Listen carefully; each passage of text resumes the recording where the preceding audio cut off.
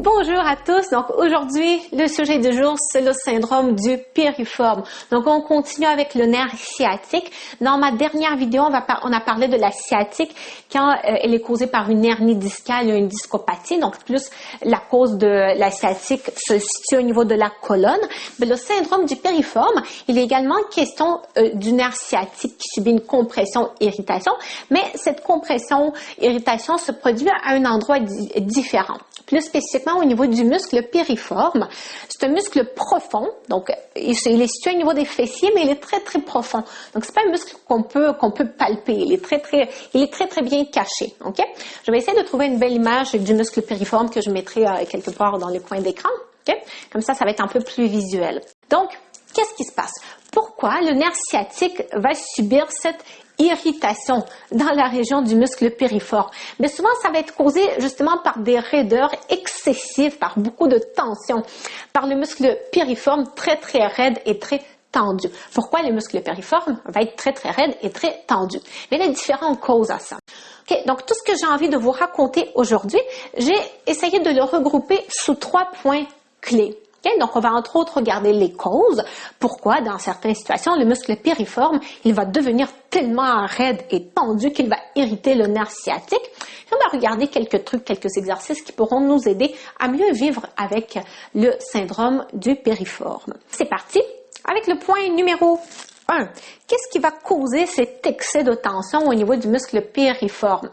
Mais ça va être un stress exagéré, exercé sur ce muscle, par certains mouvements, par certaines actions, par certains exercices qu'on va faire. On peut avoir la course.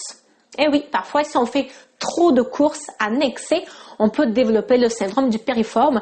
Le muscle piriforme peut être surutilisé. Ça peut être un excès d'étirement en rotation externe. Donc, entre autres, juste le fait de rester assis trop longtemps, de passer de façon excessive en indien, ok? Faire les exercices, les postures de yoga en rotation externe, ce genre de choses-là, ok?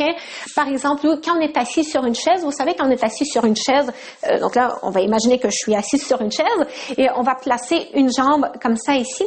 Mais ça, si on le fait trop souvent chez certaines personnes, ça peut causer un excès de stress, de tension également au niveau du muscle piriforme. Certaines postures de yoga, comme la posture du pigeon ordinaire, le pigeon passif, comme je l'appelle, donc ça ici, vous voyez quand je suis très passif dans la posture, je ne sais pas si vous voyez bien, je vais le faire avec l'autre jambe, mais ce type de mouvement-là, quand je suis très passive dans cette posture du pigeon, ça peut surutiliser également mon muscle piriforme. Donc les fentes, quand on en fait trop, ça pourrait exercer trop de stress sur le piriforme, sur les ischio-jambiers, parce que notre nerf sciatique, il passe aussi dans cette région-là de la jambe. Voilà, donc ce ne sont que quelques exemples, mais ce sont toutes des activités, des choses qu'on peut faire qui peuvent causer le syndrome du piriforme.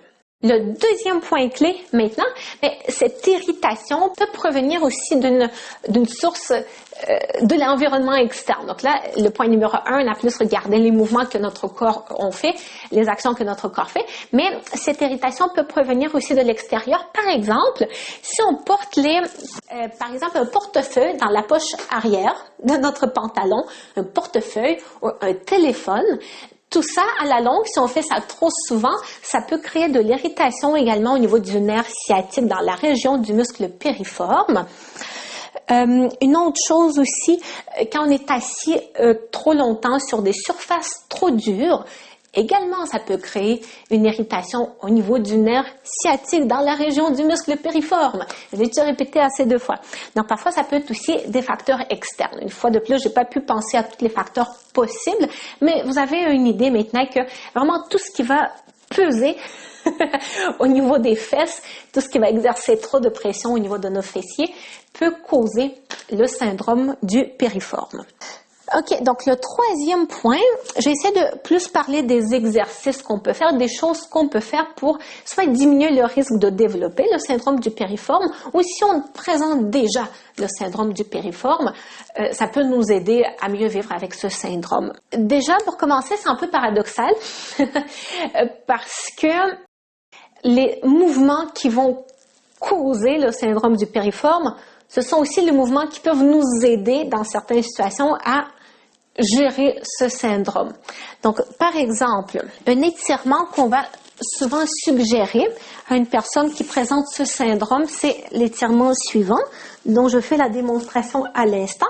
Donc là, on part sur le dos et on va mettre la cheville sur le genou opposé.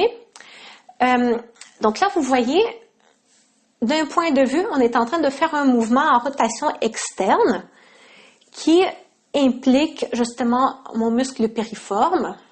Et autant dans certaines situations, ça peut procurer un soulagement au niveau du muscle piriforme, cet étirement. Dans d'autres situations, ça va encore plus aggraver les douleurs. Donc, on fait vraiment les tests, on regarde, est-ce que ça aide ou est-ce que ça aide pas? Si ça aide, on peut le faire un petit peu sans trop aller dans les excès. Si ça aide pas, si ça aggrave les douleurs, on le fait pas. Un autre étirement, en fait, encore meilleur, un étirement qui est encore mieux pour le muscle piriforme, c'est on peut essayer avec l'autre jambe allongée, ok?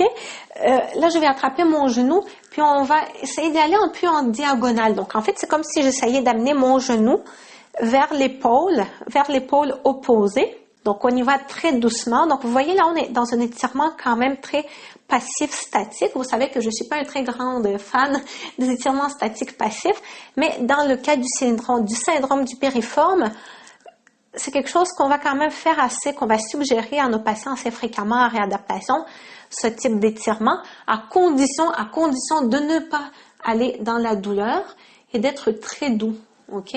D'être très doux avec notre corps. On peut soit y aller par des petits coups, comme je suis en train de le faire en ce moment, donc aller un peu plus comme en dynamique, ou vraiment, on attrape le genou puis on tire pendant 20-30 secondes. Puis on observe si ça procure un soulagement au niveau de notre piriforme. Okay? Donc souvent, même si on a le syndrome du piriforme juste d'un côté, ça peut être quand même bien de le faire de l'autre côté également, cet exercice.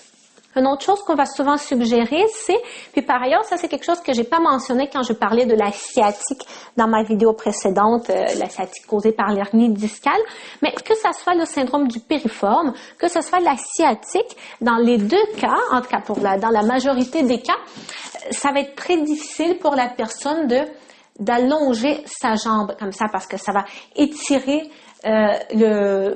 le nerf sciatique en question, qui subit une irritation, puis lui, il est comme déjà quand même assez irrité, le pauvre, donc là, on l'étire encore plus dans cette position, donc là, il est encore moins content, donc ça va encore plus déclencher encore plus de douleur. Mais malgré tout, on veut quand même maintenir un certain niveau de souplesse au niveau de notre jambe, parce que c'est sûr que si on évite complètement de faire un mouvement pendant des semaines et des mois et des années, ça va finir par créer beaucoup de problèmes. Okay? On va avoir des muscles qui vont se raccourcir, on va avoir les nerfs qui vont perdre cette capacité à s'étirer. Donc, il y a beaucoup les tendons également qui vont se raidir. Bref, il y a beaucoup de mauvaises choses qui vont se produire si on évite complètement de faire un mouvement. Donc, c'est pour ça que même malgré un certain niveau d'inconfort auquel ça va mener, le fait de faire l'exercice que je vais vous montrer, on va quand même encourager nos patients à en faire un petit peu dans la mesure du possible, justement pour essayer de maintenir un certain niveau de souplesse derrière la jambe. Donc, ça va être ça. Donc, encore là, ça va dépendre de la gravité de la condition, mais pour certains patients, ça va être juste essayer d'allonger un peu la jambe, comme ça. Vous voyez, juste ça, chez certains patients, ça va déjà beaucoup tirer au niveau de la sciatique. Si on est capable d'aller un peu plus loin, et là, une fois de plus, vous voyez que j'ai une chaise assez dure ici. Sûr, idéalement, si vous avez le syndrome du piriforme, on va s'asseoir sur quelque chose d'un peu plus mou quand on va faire cet exercice.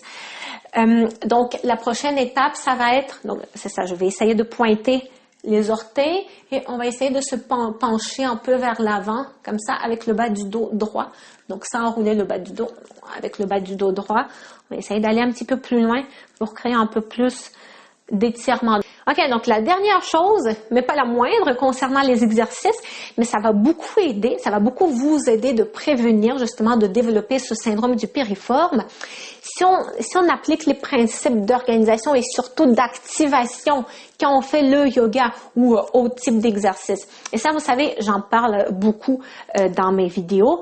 J'ai mon guide de yoga gratuit qui est encore, pour le moment, qui est encore disponible en version gratuite que vous pouvez obtenir à l'instant même en allant sur mon site, en laissant votre adresse courriel. Vous allez obtenir le guide sur votre boîte courriel où je vous explique en détail c'est quoi l'organisation, l'activation, comment faire les postures de yoga en activant notre corps d'une bonne façon pour protéger nos muscles, nos articulations, pour protéger certains muscles isolés. Parce que en fait, qu'est-ce que ça va faire? L'activation, ça va aider à distribuer la tension, le stress à travers plusieurs muscles, à travers les fascias, à travers plusieurs structures de notre corps, au lieu de mettre du stress sur un muscle spécifique. C'est là qu'en fait, on se blesse quand il y a trop de stress à un point précis qui est exercé.